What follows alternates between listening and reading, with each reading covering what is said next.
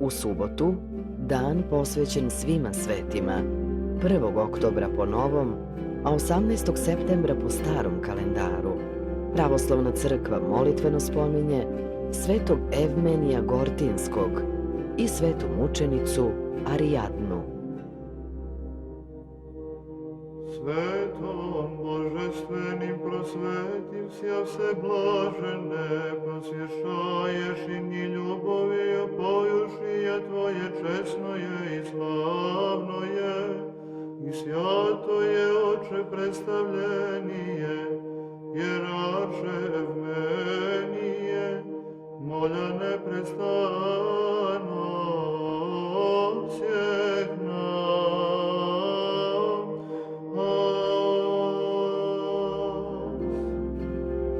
Sveti Evmenije živeo je u 7. veku. Još u mladim godinama se posvetio Bogu i vrlinskom životu. Uspinjući se lestvicom duhovnog usavršavanja, mladi Evmenije se, imajući za uzor svete apostole, prvo oslobodio bremena svoje imovine, koju je podelio siromašnima.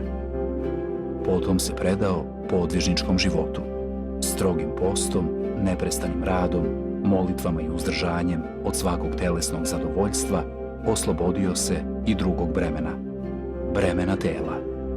Svojim bogougodnim životom bio je živi uzor vernicima i drugim ljudima koji su, sledeći njegov primer, prilazili Hristovoj crkvi.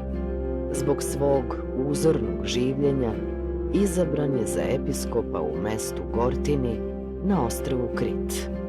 Pouke, propovedi i saveti svetog Evmenija nikada nisu bile samo obične reči, nego su imale utemeljenje u njegovom ličnom iskustvu. Nikada nije savetovao drugima da čine ono što on sam nije mogao da ostvari. Zbog toga su njegove reči imale snagu da nevernika privedu veri, da malodušnog podignu, grešnika suoče sa svojim delom i pokajanjem, gordog da prosvetle.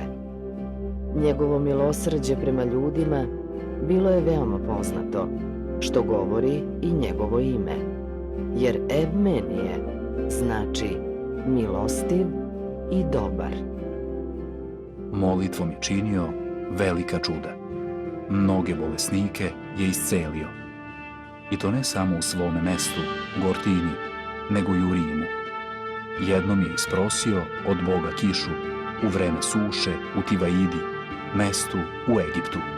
Sveti Evmenije je skončao u miru u Tivaidi, prešavši iz ovog u život večni i beskonačni.